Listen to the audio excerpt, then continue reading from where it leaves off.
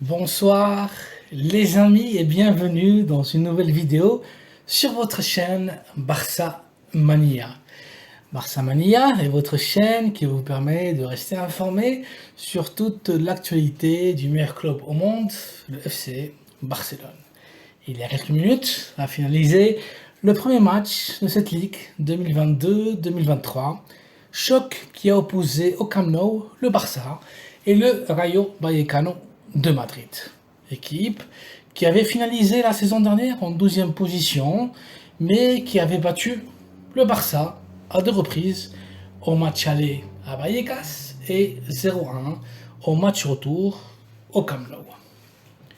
Dans ce premier match de la saison, le FC Barcelone est sorti au gazon avec le 11 qui était confirmé avant le match sur cette chaîne, c'est-à-dire Ter Stegen sous les bois, défense de 4 avec Jordi Alba au latéral gauche, Ronald Araujo comme latéral droit et un axe défensif formé par Eric Garcia et le Danois Andreas Christensen.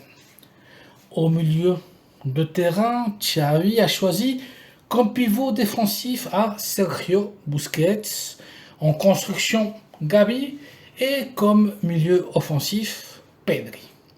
Quant à l'attaque, le tridente attendu avec à gauche Ousmane Dembélé, à droite le Brésilien Rafinha et dans la position de numéro 9 Robert Lewandowski. Le choc a finalisé avec le résultat de 0-0. Le Barça a fini le match avec 10 joueurs après l'expulsion de Sergio Busquets qui a vu un deuxième carton jaune à quelques minutes de la fin du match. Le Barça, à mon avis, a complètement foiré et raté ce match inaugural de la saison 2022-2023 face à une équipe du Rayo Vallecano qui dernièrement nous pose beaucoup de problèmes et de casse-tête. Le Rayo, à son habitude, a fait un match très sérieux en défense avec un milieu de terrain compact et courageux et toujours avec l'idée en tête de sortir à la contre-attaque. Encore une fois de plus, le goal d'Dimitrescu a tout sauvé et les deux équipes se sont partagées donc les points. Le goal macédoine d'ailleurs a été élu le MVP du match. Mauvais résultat donc pour les supporters du Barça qui attendions de vraiment bien démarrer la Liga avec les 3 premiers points et surtout un match qui était devant notre public au Camp Nou.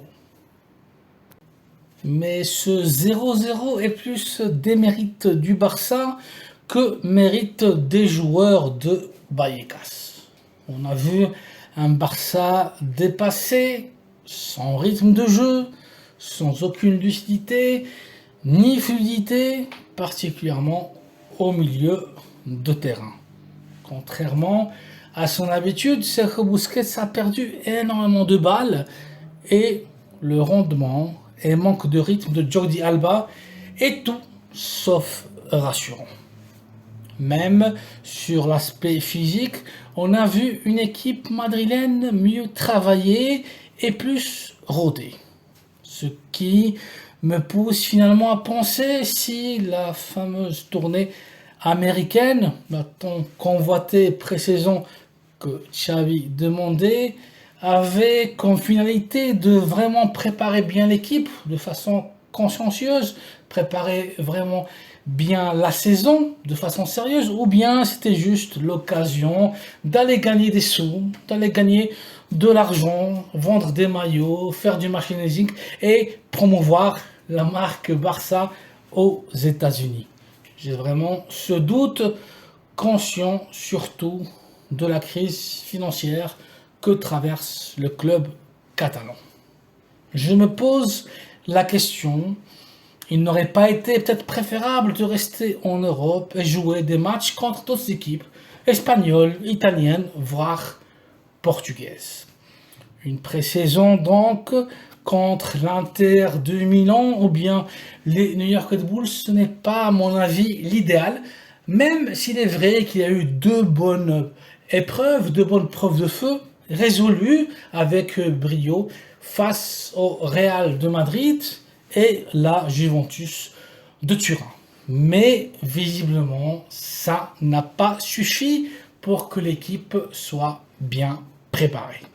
Ce soir, tous les yeux étaient fixés sur le Barça, surtout sur les nouvelles recrues qui ont vraiment ressenti cette pression. Il faut du temps et un peu de patience pour que toutes les pièces s'adaptent l'une à l'autre et que l'engrenage soit huilé et bien fonctionnel. Pendant ce match, encore une fois, l'arbitrage a été scandaleux. Au moins 2 pénaltys n'ont pas été sifflés pour le Barça. Rafinha, en première mi-temps, a subi un pénalty extrêmement clair.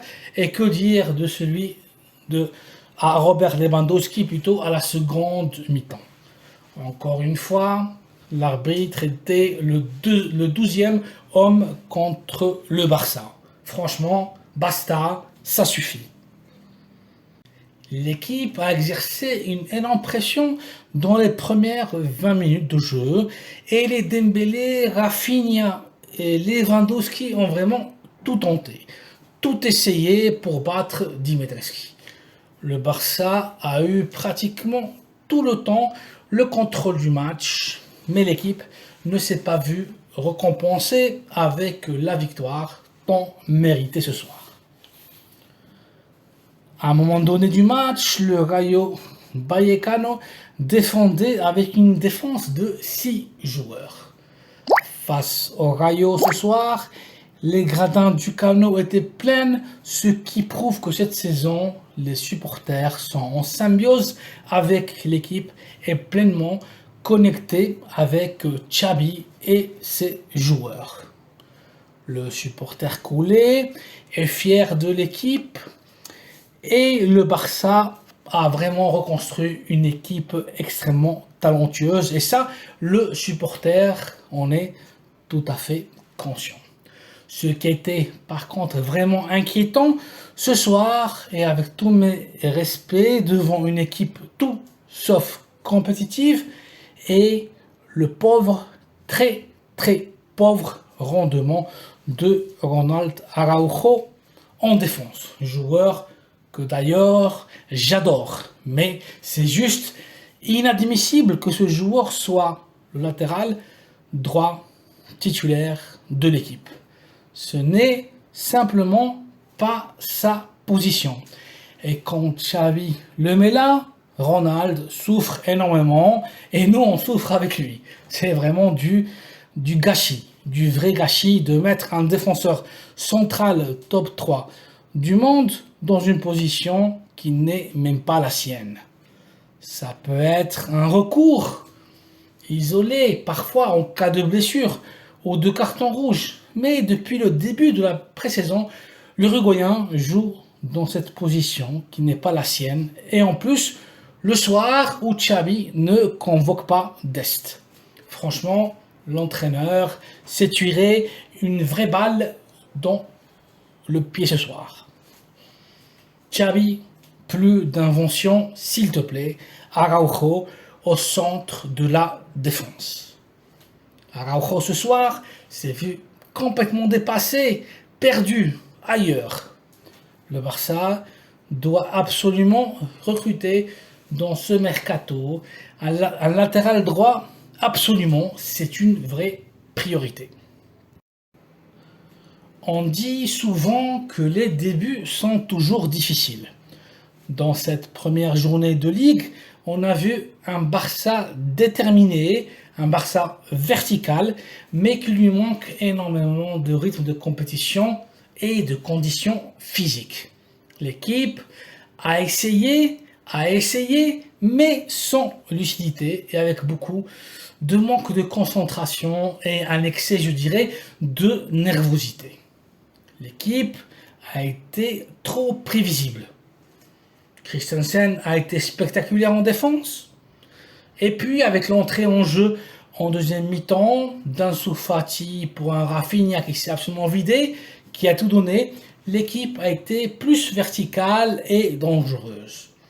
Et encore une fois, un bon rendement et un match brillant d'Ousmane Dembélé.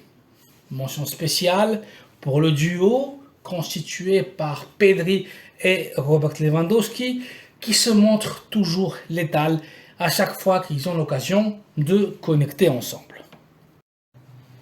En deuxième mi-temps, Xavi a fait de nombreux changements.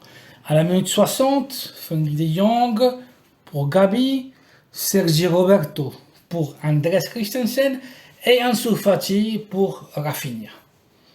Kessie, quant à lui, entre en jeu pour Pedri à la 72e minute et finalement Pierre-Emerick Aubameyang par un Jordi Alba à la 42e minute dans une tentative désespérée de Xavi de jouer avec 4 attaquants et 3 défenseurs derrière.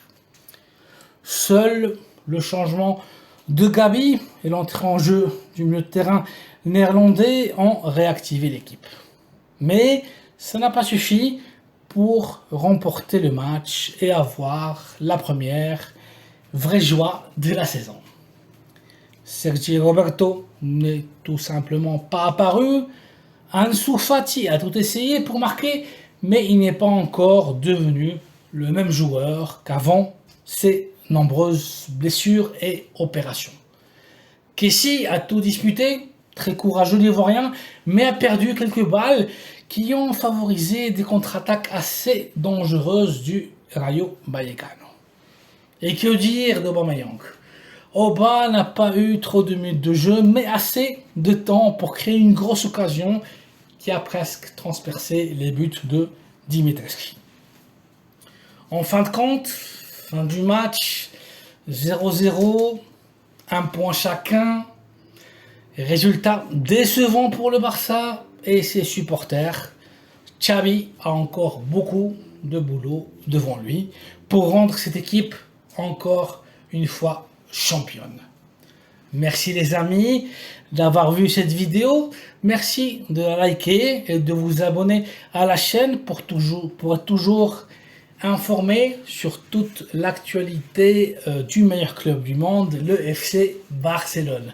Très bonne nuit à vous et Visca el Barça. À la prochaine.